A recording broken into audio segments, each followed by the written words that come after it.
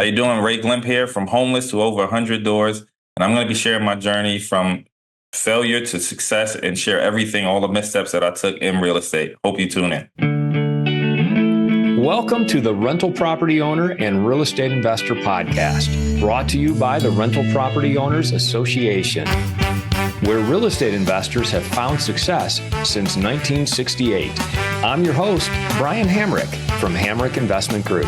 This episode is sponsored by Green Property Management, managing everything from single-family homes to apartment complexes in the West Michigan area. Find out more at greenpropertymgt.com. And RCB and Associates, helping real estate investors and small business owners navigate the complex world of health insurance and Medicare benefits at rcbassociatesllc.com. Hello and welcome to episode 457. Ray Glymph is a successful real estate investor and business coach who knows a lot about triumph in the world of real estate and entrepreneurship, as well as achieving success through self-motivation and determination. Ray also knows what it means to be homeless and how to overcome great adversity, which he will be sharing with us today. Ray, welcome to the show. Thanks for having me, Brian. It's a pleasure. Why don't you just tell us a little bit about yourself, where you come from, and how you got started investing in real estate? So I'm originally from Brooklyn, New York, born and raised, and I currently reside in West Virginia. I moved here for school, actually, and I am a full-time investor, full-time real estate investor. I have over 100 doors. I house, I believe, over 300 individuals.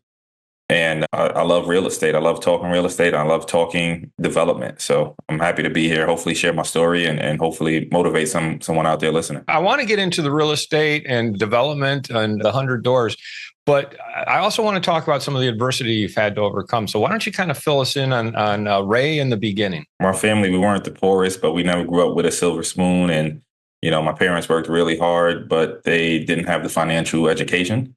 And so when September 11th occurred, my dad actually lost his job following that. And, large inflation. I remember seeing our rent go from, like $1,200 to $2,200. And, New York City right now is crazy. That same place probably rents for about $4,000 now. But during that time, we unfortunately hit some hard circumstances and faced homelessness. And, I still remember I was in my adolescence. I was about, 10, 11. And I still remember, just the situation and telling myself that I never wanted my family, my kids to go through this, seeing the roaches on the wall and the rats scratching inside the walls, just those things that any kid should never go through. But it also taught me a lesson of I need to be successful. You mentioned your parents didn't really have the financial education, which when your dad lost his job, I'm sure that came into play as to your housing situation. But what was your takeaway from that? Like, how did that realization sort of determine the choices you made to get to where you are today? When I look back at that, I think about it as innovation, right? And so I know with his job and what he was doing, it was almost just like outsourced, so he just didn't keep up with the times of innovation, and his job from the computer age to pretty much about the iPhone age, which would be about that 2000, 2011 or 2001. That's when, I recall. And so making sure that you always stay up with new technology coming out, innovation is key in every business, and lack of or not being willing to innovate can cost you your livelihood. For a lot of people, investing in real estate is a monumental innovation. When did you realize, hey, real estate might be a good way to get ahead? It was actually on accident. I was with some friends hanging out at a bar. These guys were making more money than me, and they started throwing out some real estate terms. And I had no idea, but, I said, you know what, let me listen. Let me see what I can take from this. And they started, throwing out refinance, rehab, renovate, pull the money back out, and then we can make it again. It's only going to cost us $5,000 each if we share it. And at that point, I was like, man, I don't know what these guys are talking about, but I want in. I'm interested.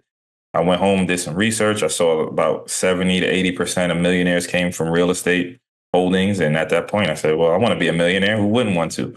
And that's when I dove deep into real estate. And I still remember when it came time with those same guys to, do the deal, everybody backed out.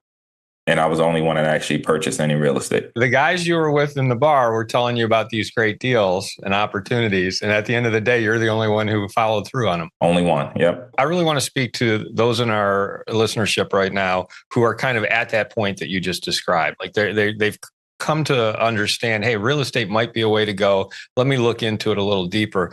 Where were you in your life when that happened? Like, how old were you? Like, what were you pursuing? And was it like a light bulb went off, or was it more of a gradual discovery? I think I was in a point where a lot of people, probably listeners, are at too. I was working very hard, but I wasn't free. Right. So I had to earn income. And so I still remember after I bought that first house, I got that first rental check. And I remember I didn't have to cook anything. I didn't have to clean anything, wash dishes, or whatever your W-2 may do. I didn't have to do that. I just got paid.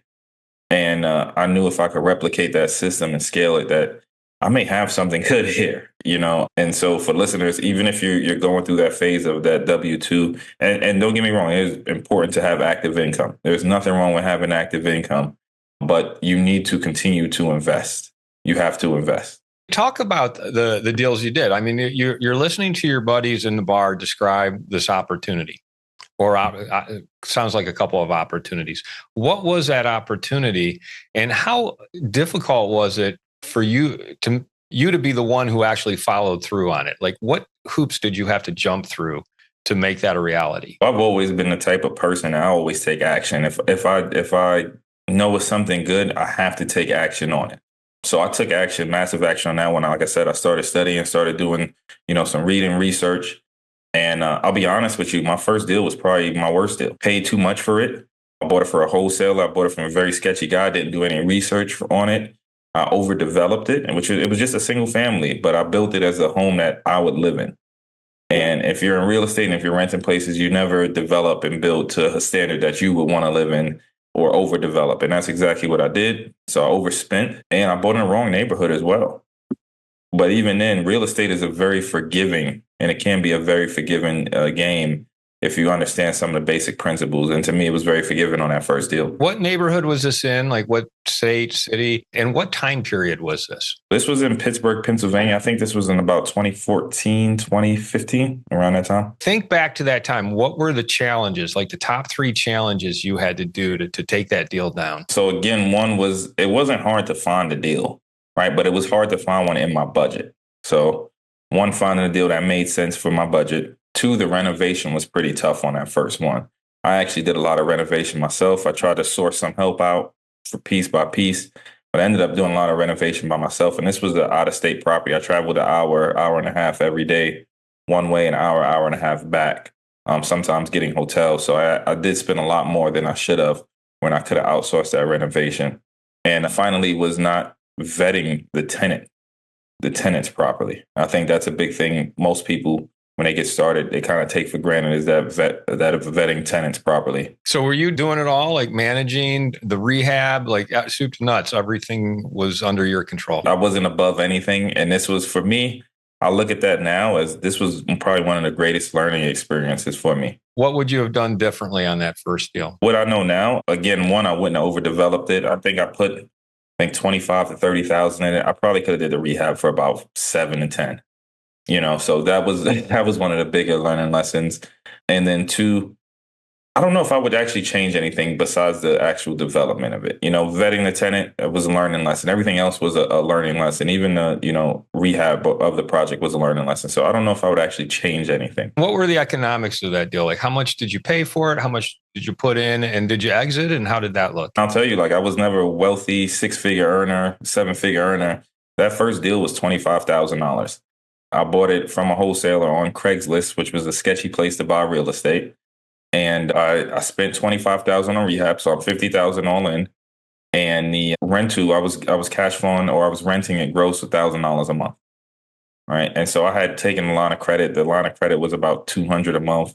So I was netting about $800 a month at that period, which was great, And we look for, in real estate, we look for the 1% rule, but I was hitting the 2% rule, and I didn't know better at that time, but it was great. And so at that point, I knew things were going well. I had the opportunity to scale to something larger, and I did. And that was that I actually ended up selling the first unit. Little did I know I should have refinanced it, but I actually sold it. So, and looking back, that was probably one thing that I regret. Did you make a profit when you sold it? Didn't know any better. I'll be honest with you. I didn't. I sold it for what I had in it. I had made some cash flow, but at that point, the equity that I had in it was better for the next deal that I did. So you needed money for the next deal. Yes. A lot of people might do that first deal or, first couple of deals and realize just how much work it is and how it's not the quick way to get rich overnight. And then they stop with that. But you kept going. What was it that caused you to keep going? The cash flow from it was decent. It was decent cash flow. In today's market, if you find a deal, I'll be honest, most people can't find a deal that cash flows at $500 to $800. It's a little difficult to find that nowadays with higher interest rates. And so that cash flow, knowing that was available, and if I could scale that cash flow up, to numbers of 5,000, 10,000, that might be freedom. And I looked at that. If I can make $100,000 a year without having to cook anything, without having to clean anything, wash any dishes, or go to work, get up at 9 a.m., I might have something. That second deal, what did it look like and how did that go for you? The second deal was actually, you only know what you know. And so with that second deal was actually the same exact as the first one. It was $25,000, bought in the wrong neighborhood. I actually spent another $25,000 in rehab. That was my first time of setting a budget. Spent $25,000 in rehab and then rented again for that same $1,000 a month. So you found kind of an assembly line, sort of a niche that you could just keep doing over and over again. And this was, of course, at that time and those price points, those were low income housing at that point. So it wasn't sexy, it wasn't glorified, but it was a rental. We made them very nice, and people were able to call them home. Did you end up keeping that one? Did you do a cash out refi? Didn't know better, and again, you know what you know. And as an investor, I didn't know. I was so young in my investment journey. I actually sold the first one and the second one together to raise enough cash to buy the third one. And the third one was actually an 8-unit building. So you went from 2 single families to an 8-unit. Yes. That's a big step up. So why, and how did you have the confidence that you could move up to an 8-unit? The story is a long story, but I'll spare you guys a lot of the details of it. But I actually owned a business in that 8-unit building. So it was 2 commercial units and 6 apartments. And I still own it today and operate it today, a bar/restaurant in the bottom floor of that building. And I knew if I had that building, it would cash flow close to about $10,000 to $12,000 a month. And so when I had the opportunity to buy it, I knew I would do whatever it took to make sure I could seal a deal on this building. I did. So that's why you keep saying you don't want to cook anything or clean anything, because you're cooking and cleaning at the bar probably. I've done it. Late nights, early mornings, I've done it. Yep. Are you still working at that bar, or you have people working for you there? We have great systems right now. We have people that work for us. But sometimes, I'll pop in and I'll wash some dishes. I'm not beyond it. So that was a whole different scale there, because now you're going from single family to commercial building where you're actually the tenant, which in a lot of ways makes it easier because you get better financing as being a owner occupant. To talk about that, were you able to borrow from a traditional lender like a bank? So I didn't know anything about DSCR lenders. I didn't know about hard money. It was just, okay, let's just go to the bank and see what they say. I didn't shop banks. I didn't shop rates.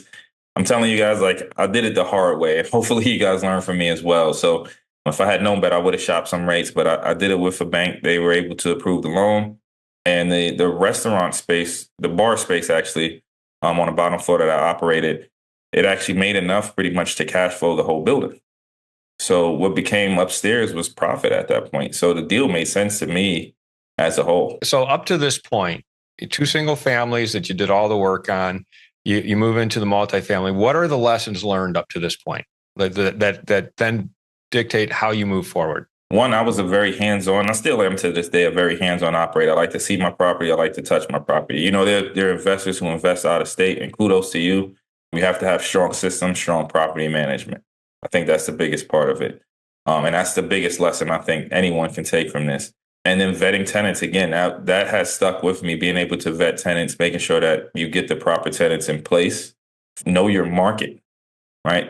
The first market I invested in, I didn't really know my market that well. This market where I live, I'm here every day. I own businesses here. I know what the market should be. The previous owner who sold me the building, my rent was about maybe 30%, 40% lower than what market should have been.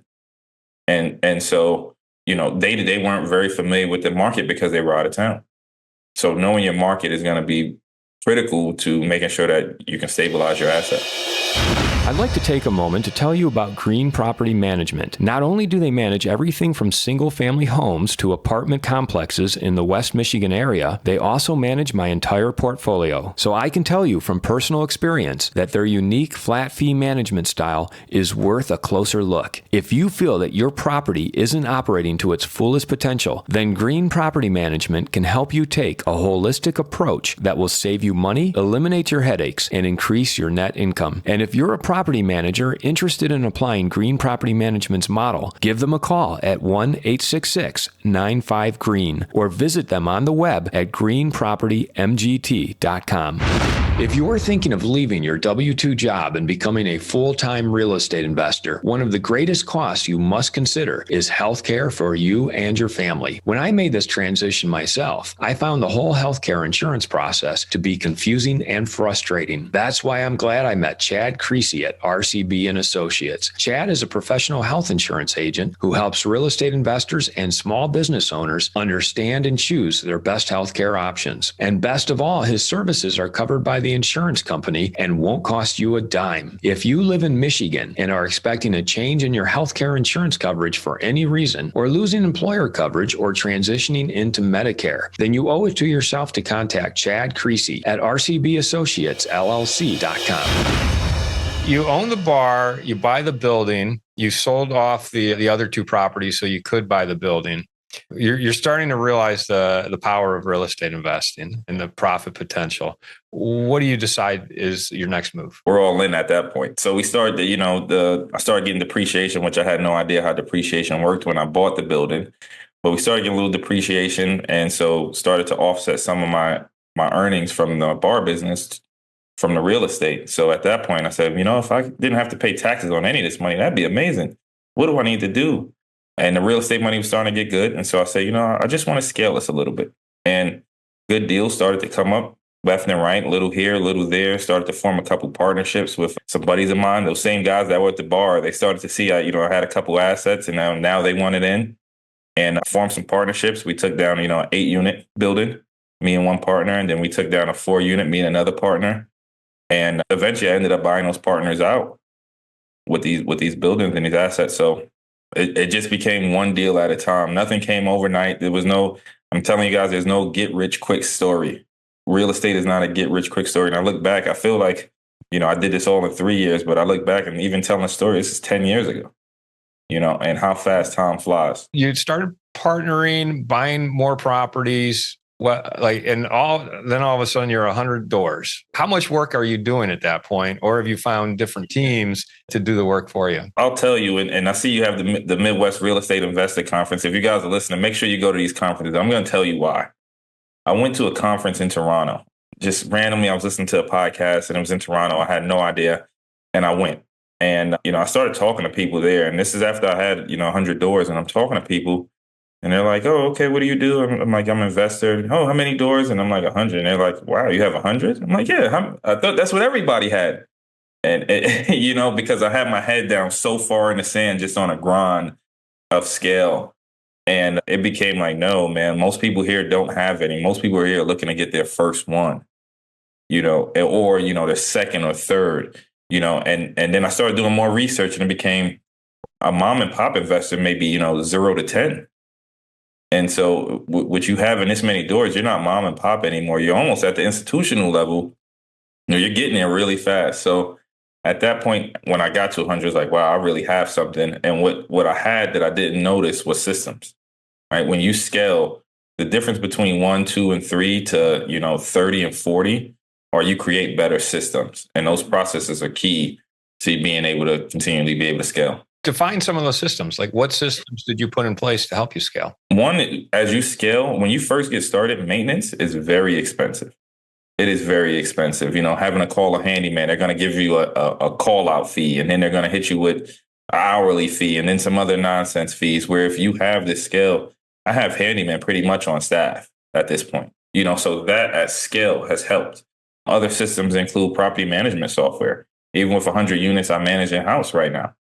And that at scale has saved me not only just the 8 or 10% that a property manager would have, but typically when you hire a property manager, their focus is not just you. Whereas with me keeping it in house, my focus is only on my properties. The secretary's focus is only on maintaining my property. So keeping that in house is a huge value. And most people don't see that until you get to those higher levels as well. And I also say understanding the ins and outs. I was there for those construction days. So I know how much it should cost to plumb a toilet in. I know how much it should cost to hang drywall because I actually did it. And so knowing that, it's very hard to be taken advantage of by some of these contractors. I mean, a lot of these professions, they will take advantage of you. So what does your management team look like? Like, who is on your team and what are the different positions? So right now we have a secretary. I have a partner who helps me with acquisitions. And then I have maintenance. We have about 3 maintenance guys who run. One guy just does landscaping. None are on the team full time, but we give them enough work that they're pretty much full time. Who's taking care of like leasing and showings and the actual property management part? A combination of my secretary and myself. I still like to, and like I said, I like to be hands on. So I still get to meet my tenants, get to know who they are. I'm very in depth in the community as well. So a lot of these people that I do know, I see them. I see them in a grocery store. I see their families. And I actually thoroughly enjoy that part. Piece of it, my secretary, I help out as well and do showings and leasings as well. What's the future look like for you then? I mean, where are you now in your real estate, portfolio, and what are you hoping to achieve, say, over the next 3 to 5 years? So I've started to scale into, the Airbnb business. I hate the business model, but I do it from time to time just as a hobby.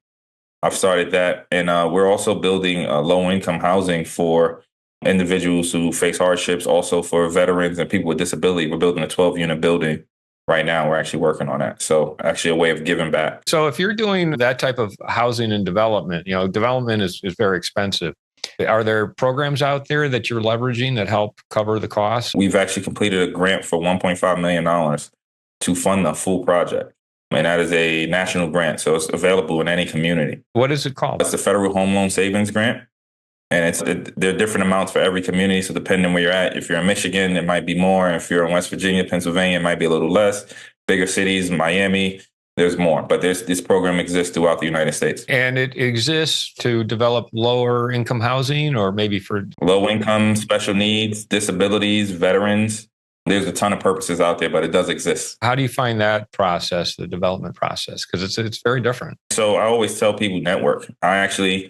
I wouldn't have been here if it wasn't for my network. And then being out there and meeting new people. I actually met with a lady at a function, and she was a grant writer. And I told her, I have some low income housing. I told her my story, and she mentioned this grant out here would be great for you. And last year it was about, I think, $750,000. And she told me, Ray, they don't have enough people to give the money to. And this year is $1.5 million. And she was worried that they wouldn't have enough people to give the money to. So the money is out there. You just have to seek it. You also do some coaching. I know you're kind of a business coach, and that's part of what you do now. Talk about that a little bit. Again, you don't know what you don't know. And I've learned a lot. I've learned a lot the hard way and the expensive way. And at this point, my biggest thing is to give back. And every Tuesday, 6:30 p.m. Eastern Standard Time, I host a free masterclass where we talk just real estate stuff for free. People can come on and it's live. It's hosted live. And that's my way of kind of giving back. I do some one-on-one coaching, but my focus is just giving back at this point. I've been in a position. I told myself if I ever got in a position, I would help and help people get through what I went through is very important to me. When I started my real estate journey, there was no Bigger Pockets. There weren't other podcast platforms. There was nothing really. And so being able to share my story and help others hopefully motivate someone out there. When you look at all the decisions and choices you've had to make in your real estate and you're talking to people who now want to get into it, like what are some of the top suggestions you make for people who want to get into real estate investing? One, I applaud them for one, and two, you want to take action. Most people I see sit on the sidelines though and don't take action. They'll go to the Midwest real estate conference and you'll see them and they won't take action. They'll be motivated and they'll be motivated for a week. And then you won't hear anything else from them. So make sure that you're taking action. I go to conferences probably 2 or 3 a year, and I see the same people. I'll ask them, hey, you get any deals yet? No, I'm just waiting on the sideline, just waiting. And then before you know it, you wait. And it's just like the game Monopoly. If you can see behind me, I got a Monopoly man. And real estate Monopoly, they correlate so much to life. There are people who go around the board and they get their paycheck. They just get their paycheck, they pay their taxes, and they just go around the board again and again, and they never invest, and they never win in life.